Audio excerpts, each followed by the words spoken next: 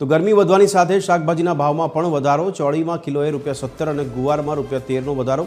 ગરમી અને કમોસમી વરસાદથી શાકભાજીના પાકમાં નુકસાન. શાકભાજીની આવક બંધ થતાં ભાવ વધારો. ટ્રાન્સપોર્ટના ખર્ચને લીધે પણ ભાવ આસમાને.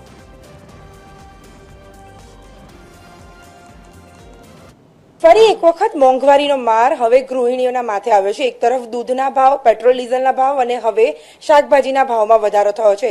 શાકભાજીના જે ભાવ છે તે રોજ બરોજની જરૂરિયાત કરતાં વધારે થયા છે, જેના કારણે ગૃહિણીઓનું બજેટ ખોરવાયું છે. આપણી સાથે કેટલીક ગૃહિણીઓ છે, તેમને પૂછીશું કે તેમના બજેટ પર શું અસર પડી છે.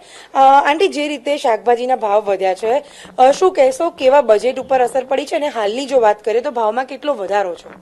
અત્યારે હાલ તો યુદ્ધના લીધે અને આ માવઠાના લીધે શાકભાજીના બધો ભાવ વધી ગયો છે. માવઠાના લીધે શાકભાજીની આવક ઓછી થઈ ગઈ, એના લીધે શાકનો ભાવ વધી ગયો. પેટ્રોલ ડીઝલના ભાવ વધી ગયા, એના લીધે શાકભાજીના દૂધના ભાવ બધા વધી ગયા છે. પહેલાં કિલો એ 40 રૂપિયાનું 250 ચોળી મળતી હતી, અત્યારે એનાથી હવે મોંઘી થઈ ગઈ છે બધી વસ્તુઓ. તમારા બજેટ ઉપર શું અસર પડી? અમારા બજેટ તો બધું ખોરવાઈ ગયું છે.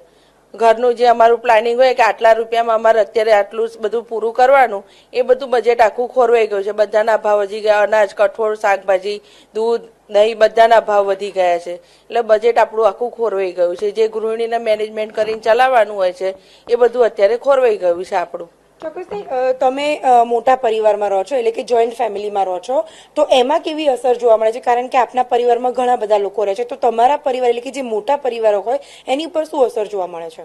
અમારા ઘરમાં અત્યારે 6 વ્યક્તિ છે. 6 વ્યક્તિ સરખા જમનારા છે. પહેલાં અમે 1 કિલો 1.5 કિલોમાં શાક બનાવતા હતા તો આખા ઘરનું થઈ રહેતું હતું. હવે અમારે 2 કિલો જેવું શાક લાવવું જ પડે છે, જેના કારણે કંઈક બીજો કોઈ ઉપાય જ નથી એના માટે. એટલે અમારે 2 કિલો જેવું શાક બનાવે ત્યારે આખા ઘર ખાઈ શકે છે.